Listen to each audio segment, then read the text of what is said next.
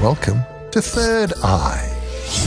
A chosen one will defeat the great evil. Viva el Corvo!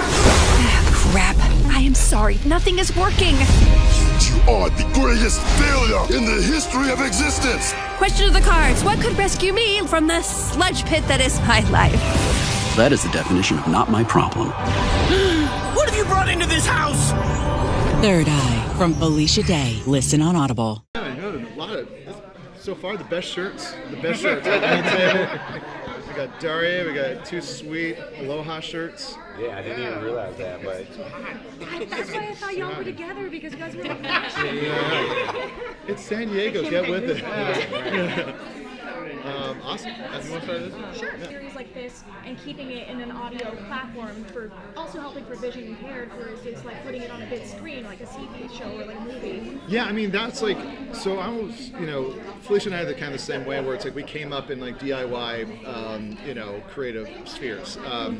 I was like a punk rock kid, and so we just had to we had to figure out how to record on our own. We had to figure out how to make a zine and an artwork, and then I started doing comedy, and it's like, how do we make this video? How do we make it look? It's like with only the stuff we have. So limitations will always breed, more creativity than you think you even have the ability to do, because you're just we're all kind of used to this thing where we're backed into a corner, and there's a story about where Mel Brooks, when he was writing on the Caesar show, he would never finish scripts on his own until they forced him to they backed him in a corner, what's the idea? He was like, oh, we'll do it, and they would kind of corner him, and then he would just come up with the most brilliant thing, and that's how he's Mel Brooks, and so when you're in this position of man, how do we show this stuff without showing it? And luckily Mumble is the company that really did with the sound design and the music.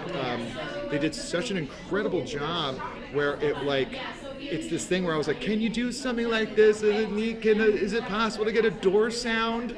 And then they're like, yeah, we got it. And then you hear their first pass, and you're your mind just goes, oh, okay. So the door should be old and creaky. And then you start to kind of describe stuff as if it was an art department conversation. And that's what was really neat.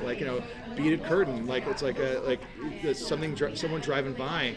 It just, and simultaneously I was in post on a movie. On a project, I don't know what I can't,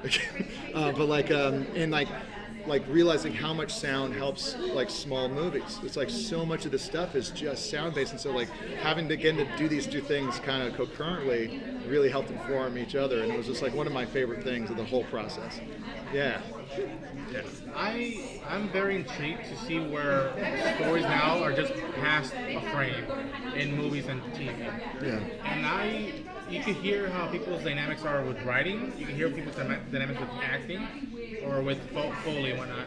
When it comes to directing, is that something that is more...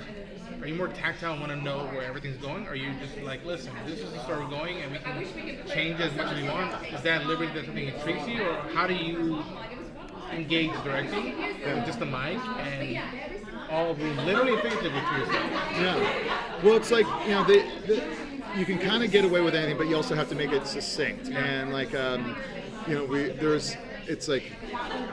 with doing stuff on film, it's like if you have a big idea for a shot, you want everyone to do exactly what you want. But with this, we have the ability to kind of let people go off and kind of find the stuff.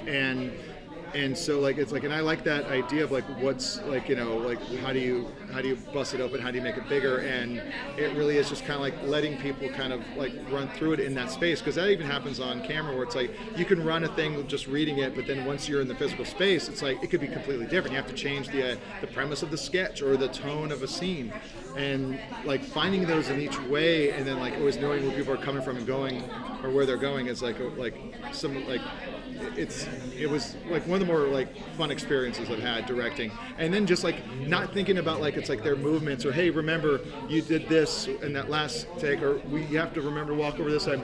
When you're just listening to the voices, and then you kind of really kind of go it's hey, remember, it's you're getting worked up, you're sad, you're gonna start stuttering, you're gonna stammer. I know it's like in the lines in the script, it's just gonna be like, you know, you're just saying these lines, but like finding those things to kind of like, you know, telegraph, I guess, the idea, of like, you know, like Felicia was so good at like stammering and at like, but then I like, you know, there was parts where I was like, but when you're angry, you get succinct. So remember, like, it's like bring that in, or you know, Lily Pichu, who is like, you know, like green in the world of like acting and performing, but like it's like I would just kind of like I was like, hey, like you said this line super funny, but remember you're conflicted about like, and then just finding like weird little stuff. And it's like, you know, there's a scene where Felicia plays drunk, and like that's always tricky for any actor to play drunk. And I was like, just be like and like I know her when she's like tired and loopy, and I was like, do that, but also how you don't like not having control,